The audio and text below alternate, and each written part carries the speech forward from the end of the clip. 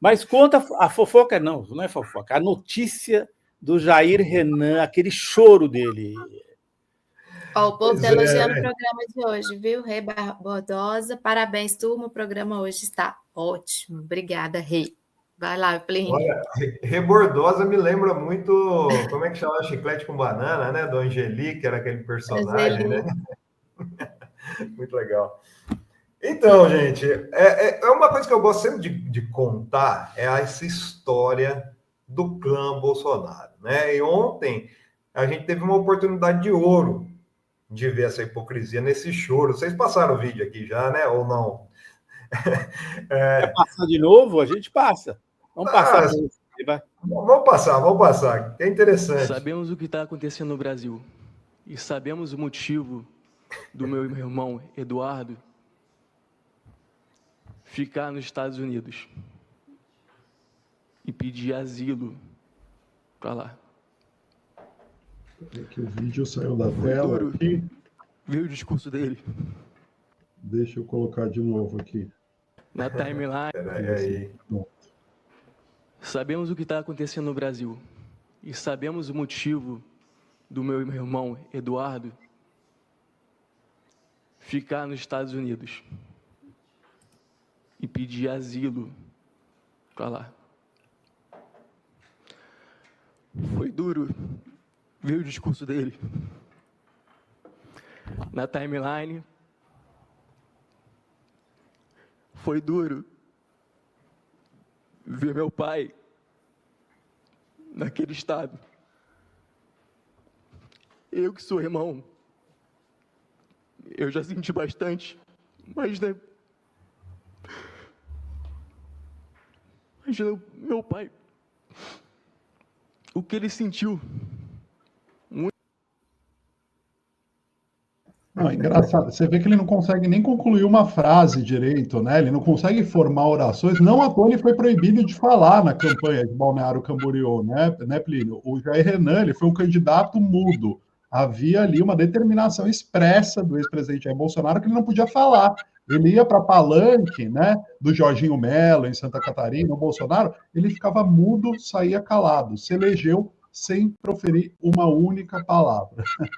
Plínio, só um recadinho aqui rápido antes de você trazer essa história. Eu vi o pessoal comentando aqui, só tem pouca gente assistindo a live. A gente está ao vivo em todos os canais da Revista Fórum, da TV Fórum aqui no YouTube, tá? Então, a gente está ao vivo no canal principal da TV Fórum, que a gente tem quase 2.000 pessoas aqui simultaneamente nos acompanhando. Esse canal que tem pouca pessoa que eu vi vocês mencionando deve ser o canal do Fala Rovai, que é o canal onde é divulgado o editorial todo dia do Rovai, mas que também sai aqui na TV Fórum. A gente tem o canal de cortes da TV Fórum, em que estamos ao vivo com o Fórum Café, estamos no Twitter, o X, né? Estamos no Instagram, estamos em várias plataformas ao vivo e no nosso canal principal, claro, na TV Fórum, quase 2.000 pessoas simultaneamente aqui conosco. Então, se tiver em outra rede social e puder vir para a TV Fórum no YouTube, agradecemos. Aqui é nosso canal principal, aqui você pode contribuir com o jornalismo independente da TV Fórum. E conta aí a fofoca do Jair Renan, Plínio. Pois é, eu tô rindo antes aqui da Cláudia Souza falando, eita, Cigano Igor foi de lascar, alguém chamou de Cigano Igor, lembrando daquela novela que tinha um ator que o pessoal parecia que a interpretação dele parecia uma geladeira, né? Mas foi uma cenografia, né? Foi um jogo de cena que foi feito pelo Jair Renan, que eu gosto de tocar nesse assunto, gente, porque assim, existe um tótem do bolsonarismo que está, inclusive, no slogan que eles sequestraram da Alemanha nazista, que é Deus, Pátria e Família. E agora o Bolsonaro... Deus, Pátria e Família do fascismo italiano, mas ele também roubou da Alemanha nazista, que é o Brasil acima de tudo, Deus acima de todos, que era o Deutschland e Über alles da Alemanha, né? Os dois. O Deus, Pátria e Família é do Mussolini, né? Isso. As motocicletas, né? Tem muita coincidência aí, né, gente? E quando a gente toca no assunto família, é uma questão muito interessante, que é um tótem que já foi derrubado há muito tempo, e eu fico pasmo ainda como os apoiadores radicais do Bolsonaro ainda acreditam nessa história da carochinha. É uma história da carochinha. Essas lágrimas de crocodilo do Jair Renan aí, meu irmão que teve que ir para os Estados Unidos, meu pai. A grande questão é o seguinte, a relação entre o Eduardo, o Jair Renan, o Carlos Jair Renan, e tem toda uma história aí dos três núcleos familiares que o Bolsonaro montou, e se arrasta até hoje, né, através do bolsonarismo. E assim, gente, não é uma crítica, muito pelo contrário, né, a questão dos rearranjos familiares é uma coisa super normal. O que eu estou apontando é a hipocrisia, né? Quando se fala família tradicional, daí vai lá na igreja, não sei o que e tal. O Jair Renan, ele nasceu do segundo casamento, segundo relacionamento, que não foi um casamento do Bolsonaro, com a Ana Cristina Vale, né? O Eduardo Bolsonaro, a Fórum deu isso lá em 2017, né? Uma conversa, quando o Bolsonaro se candidatou a presidente da Câmara, o Lula Marques, nosso amigo fotógrafo Lula Marques, flagrou uma conversa do Bolsonaro com o Eduardo Bolsonaro. Que, olha, gente, coincidentemente, viu, Ana? Ele estava nos Estados Unidos, ele já era deputado, mas estava nos Estados Unidos. E no dia da eleição para a presidência da Câmara, quando o Bolsonaro... Ele sempre anda por lá. O Bolsonaro obteve um voto, o dele, só o voto dele, porque nem o Eduardo estava lá, ele disse que esqueceu da eleição. E daí, nessa conversa, né, o Bolsonaro fala: que moral você tem para criticar o Renan? Né? O Renan, o Jair Renan. E o Eduardo responde, né, que calma lá, não me compara com merda do seu filho. E daí a gente puxa essa linha, né? O que aconteceu para ter toda essa disputa dentro do clã Bolsonaro? Bolsonaro foi casado com Rogéria Nantes, que é a mãe do Carlos, do Flávio e do Eduardo. Ele teve um envolvimento com a Ana Cristina Vale quando ele foi para a Câmara Federal. Aliás, uma coisa a se comemorar, viu? Com o afastamento do Eduardo, é a primeira vez em 34 anos que a Câmara não tem um representante do clã Bolsonaro. A primeira vez em 34 anos, porque o Bolsonaro foi eleito pela primeira vez em 1991. Verdade. E ele foi para lá, teve um relacionamento com a Ana Cristina Vale, a Rogéria Nantes, que era vereadora, porque o Bolsonaro era vereador, quando ele foi eleito deputado federal, ele elegeu a esposa para ocupar a vaga dele na Câmara, né? A Rogéria Nantes ocupou essa vaga, só que daí o Bolsonaro foi para lá, teve a amante, Ana Cristina Vale, que engravidou, inclusive é uma história, gente. A Ana Cristina Vale era casada com um militar que chegou a dar um murro na cara do Bolsonaro após ter descoberto a traição. E lá no Rio de Janeiro, o que ele fez? Lógico, a Rogéria Nantes descobriu, né? Eles entraram num processo de separação e eles emanciparam o Carlos Bolsonaro aos 16 anos. O Bolsonaro emancipou para disputar a eleição contra a mãe, contra a Rogéria Nantes. E ele foi eleito, pegou o cargo da mãe na Câmara, pegou o gabinete da mãe. E quem que o Bolsonaro colocou na chefia de gabinete? Justamente a Ana Cristina Vale, que é a mãe do Jair Renan. Então, aí que começou essa treta do que eu chamo de Huguinho, Zezinho e Luizinho, né, que são os filhos da Rogéria Nantes, com o Jair Renan. Né? Tem casos cabulosos. O Bolsonaro falou, inclusive, que ele conversou, isso em entrevista para Playboy em 2020, que ele conversou com a Ana Cristina Vale sobre a possibilidade de abortar, e quem segurou a gravidez foi a Ana Cristina Vale. Então existe assim, daí o Bolsonaro vai carregando, porque a Ana Cristina Vale, ele continua carregando. Inclusive, ela foi candidata a deputado usando o nome Ana Cristina Bolsonaro, que causou um furor na Michelle, que bateu boca publicamente, né, através das redes sociais, com o Jair Renan. Né? Isso aí é a família cristã, só para eu entender, isso aí tudo é a família cristã, é isso? É a tradicional família Bolsonaro, né? Família cristã. Então, o que aconteceu? Daí, dessa cisão, o que aconteceu? Ana Cristina, quando o Bolsonaro deixou a Ana Cristina Vale, isso segundo um funcionário, Marcelo, né, Marcelo Santos, que trabalhou muitos anos com a Ana Cristina Vale, o Bolsonaro terminou o relacionamento com a Ana Cristina Vale porque ela teria traído ele com um bombeiro. Olha aí, gente, né? E isso não sou eu que estou falando, isso é o Marcelo Santos. Daí ele começou um envolvimento com a Michelle Bolsonaro. A Gleisi Hoffmann tem mais informações sobre a Michelle Bolsonaro. Eu não vou entrar nesse ponto aí. Ele começou a relação com a Michelle Bolsonaro, só que daí já tinha o Jair Renan, que morava com ele. E, segundo o Marcelo Santos, a Ana Cristina Vale foi incumbida de provocar o Jair Renan para fazer um inferno à vida da Michelle Bolsonaro. Por qual motivo? Ela foi destituída do cargo de chefia de gabinete, primeiro do Carlos Bolsonaro e depois ela atuou também na Assembleia Legislativa, acho que não como chefe de gabinete do Flávio, no esquema das rachadinhas. As rachadinhas, a mentora intelectual das rachadinhas, né, ou melhor, a operadora, o Paulo Preto das rachadinhas, né, o pessoal que acompanha a política aí sabe, o Paulo Preto era a Ana Cristina Vale, né, ela que implantou isso. E quando o Bolsonaro largou ela por causa da traição, ela falou, não vai me deixar na pista, porque eu sei muita coisa, inclusive a família dela era empregada como funcionário fantasma. Então, isso... E só lembrando, né, que o Paulo Preto era o operador do Zé Serra. Então, a Ana Cristina era a operadora, de fato, né?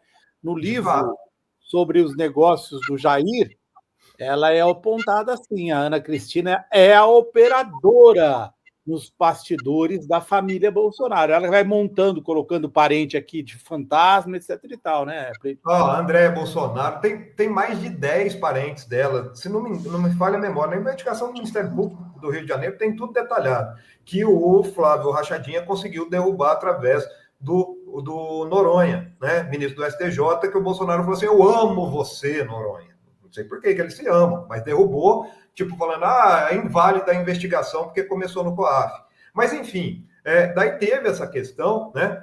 A ponto, o Jair Renan levou um inferno para a vida da esposa número 3, nós estamos falando agora, da Michelle Bolsonaro. Cuidado para não perder, gente. A 01 é a Rogéria Nantes, a 02, Ana Cristina Vale, e a 03 é a Michelle Bolsonaro. A ponto do Bolsonaro alugar um apartamento para o Jair Renan morar perto, mas tirar ele de casa. Ele expulsou o filho de casa justamente por causa das tretas. Que continuaram... Aqui em Brasília, né? Aqui em Brasília ele tinha um apartamento. Em Brasília. O Bolsonaro chegou a quebrar a porta da adega do Palácio da Alvorada, gente. Não sou eu que estou falando, é reportagem do Metrópole, vocês podem procurar. Por quê? Porque a Michelle mandou trancar a porta da adega do Palácio da Alvorada, porque o 04, o Jair Renan, roubava bebida alcoólica da presidência da República. Daí o Bolsonaro recebeu lá um figurão, quis dar um vinho pro cara, chegou lá, os funcionários falaram, está trancado, porque a dona Michelle mandou trancar. O que o Bolsonaro fez? Foi lá e arrebentou a porta no chute para pegar o vinho para dar pro cara. Então, esse é o tipo de relação que existe nessa tradicional família Bolsonaro. E que todo mundo passa pano para isso. Porque uma coisa que acho que precisa existir e precisa ser revelada, na verdade, dessa ultradireita neofascista é a hipocrisia, é a incoerência, a incongruência. Tudo mantido com dinheiro público, né, Plínio? Então, pelo que você está dizendo, tudo isso aí é dinheiro que sai do contribuinte brasileiro. Jair Renan, Carlos, Eduardo, Bananinha, as parentadas que tentam se eleger usando o nome, é tudo para catar dinheiro público. Tudo num esquema gigantesco, gente. Esquema gigantesco. E assim, o Bolsonaro nunca, pelo menos legalmente, nunca recebeu um centavo da iniciativa privada. Ele era militar e depois foi para a política. Pronto. Né? Então, o que ele fez? É um negócio lucrativo. Vou colocar meus filhos na política. Colocou lá.